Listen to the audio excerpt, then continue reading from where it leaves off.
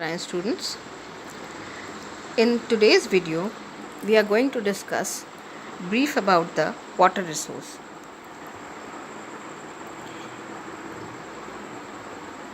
Water, some facts related to it and figures. 97% of the earth's water is in the form of ocean, 2% is available in the form of frozen ice, and rest 1% is usable in the form of fresh water only. Now there are multiple uses of water. We can number it like drinking, for drinking purpose, washing, cooking, bathing, gardening, irrigation, etc. Water as renewable resource. 1% of fresh usable water we have is renewable through hydraulic cycle as represented in the diagram shown in the video. As the water gets evaporated due to sun's heat from the ocean's ponds, it forms the cloud, then it precipitates in the form of rain, which again comes back to the ground.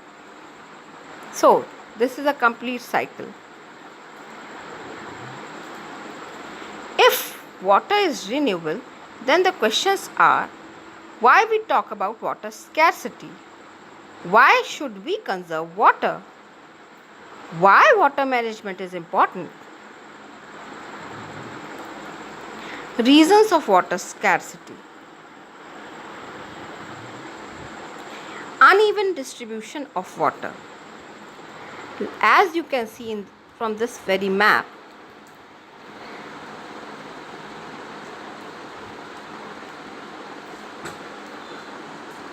that the red zones which are marked as red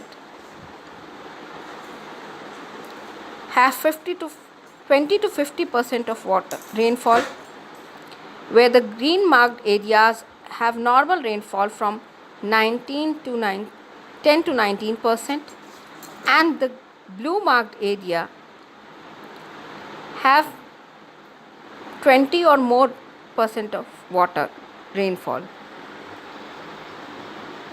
Growth of population, certainly with the growth of population, increase in population, the use of water will increase, as in domestic use, for production of food, for other purposes like industries, etc. Commercialization of agriculture. With the expansion of irrigated areas and dry season agriculture, construction of tube wells by farmers led to the fall of groundwater level.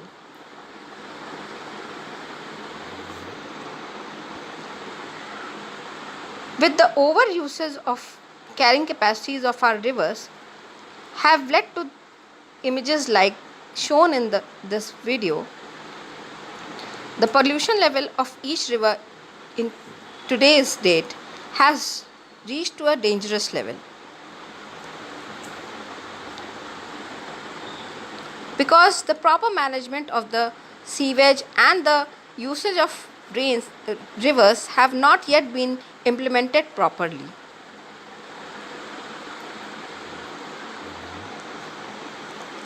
Need to conserve and manage water resource, but how is the question of the present time. Archaeologically and historical records show that water management and conservation has been started since from the ancient time. During the time of canals and dams were also constructed.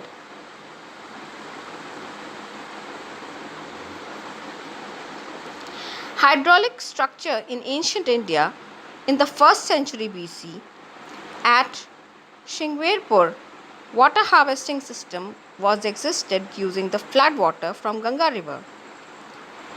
Similarly, during the time of Chandragupta Maurya, dams, lakes were built Irrigation system was found in Kalinga, Nagarjunakonda, Binar and Kolhapur. In the 11th century, Bhopal Lake was built. In the 14th century, Lithus constructed a tank in Horse Khas, Delhi. Water harvesting in ancient India and water conservation. The images have been provided in the video to provide an insight that how water harvesting was done in ancient time and how water was conserved. Continuation of a traditional way in modern India by building dams in the most of the rivers basins, about which we had already learnt in the previous video on dams. Dams are the multi-purpose projects traditionally built to impound water and rain harvest that could use later on irrigate agricultural fields. At present, dams are built for multi-purpose usage. Therefore, it is also called multi-purpose projects. But question arises, what are dams?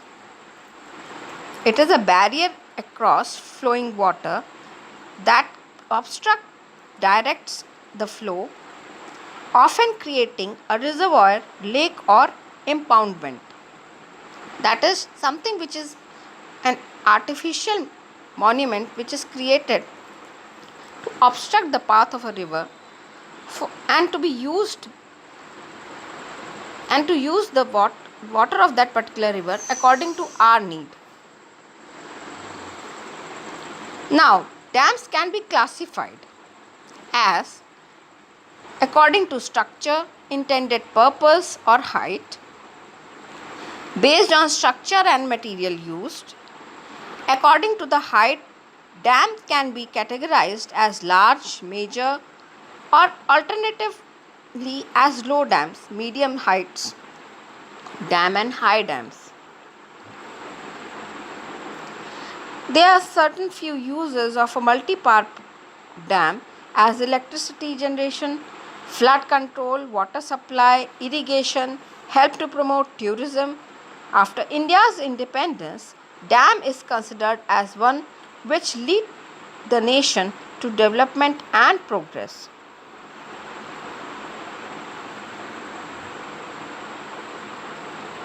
But as every creation has a negative side too, the construction of dam also have certain drawbacks. As you can see in the diagram, we have shown a mountain, river flowing out of the mountain. Then we have created a reservoir, the dam wall and the downstream. As in particular, especially in Allahabad, we can see the river Ganga, which has an enormous water in the mountainous regions, becomes a dry stream when the scorching heats of in summer season, becomes a narrow stream in scorching heat of summers. This is one of the drawbacks which a river faces. Second is the dam so fragments rivers, making difficult for aquatic fauna to migrate, especially from spawning. Degradation of forest and soil due to submergence during the floods. Then the irrigation pattern can have changed. Cropping pattern has changed from subsistence farming to intensive farming, which has resulted in ecological imbalance and salination of the soil. Dams have the soil because Whatever the silt that the river brings from the upper course gets deposited in these dams, which results in the filling up of the dam from the bottom, and thus without carrying much water, containing much water, it gets filled and causes, thus results in floods, because as in the base the dam is being filled by the silt, and so the amount of water it is supposed to carry becomes less. That's why dams which are used to channelize water in the rainy season, they become so flooded that most of the water has to be shredded by the dams. It also causes earthquakes and waterborne diseases and pests and pollution resulting from excessive use of water. Dams have created conflicts among the people who want different use of water available from the projects. Two such examples are the Narmada Bachao Andolan and the Tehri Dam Andolan. Now, we have marked few dams on this map of India. Just to recap the location of the map, dams on the map of India, and to reconnect you with the sequence of dams of India, as well as the conservation water as a resource.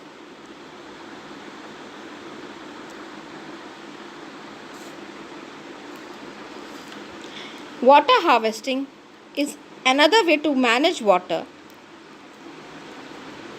that is the rainwater, the groundwater, the river water and the flood water. Rainwater harvesting is the accumulation and storage of rainwater for reuse on site rather than allowing it to run off. Rainwater harvesting techniques are more environmental friendly as compared to the multi-purpose river projects.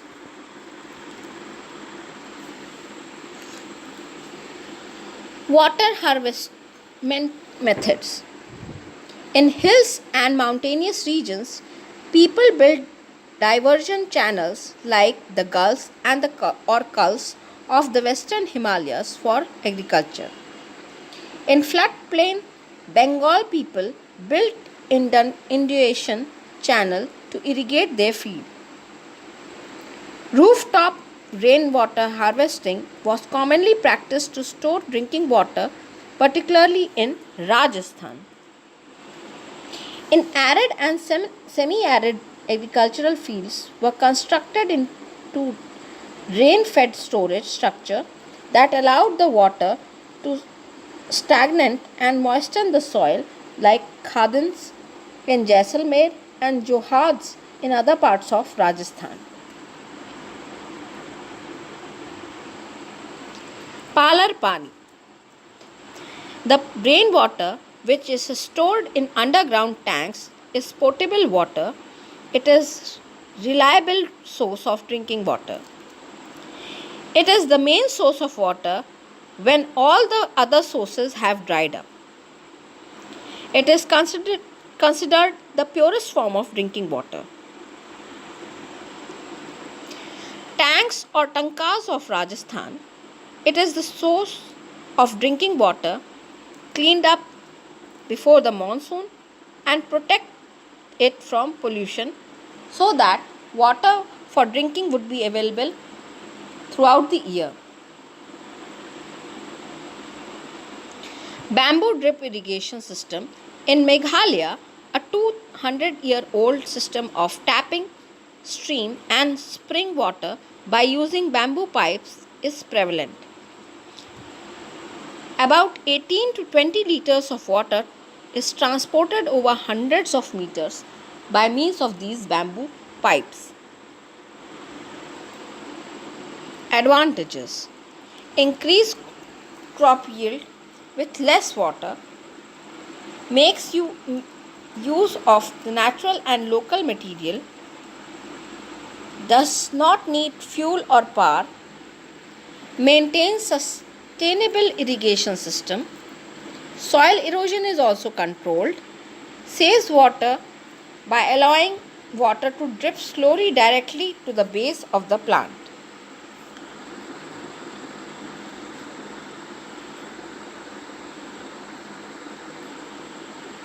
Interesting fact that Tamil Nadu is the first state of India which has made rooftop rainwater harvesting structure compulsory to all the houses across the state.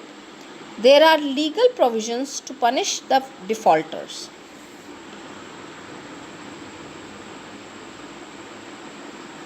See, this is an interesting image in which I have tried to focus on the thought that water is precious, which is very much necessary to save our earth and for our survival also.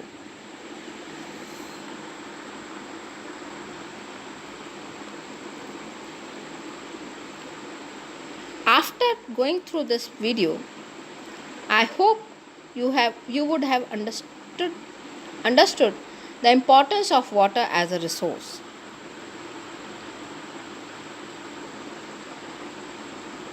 So students, I hope I have been able to make the point clear to you.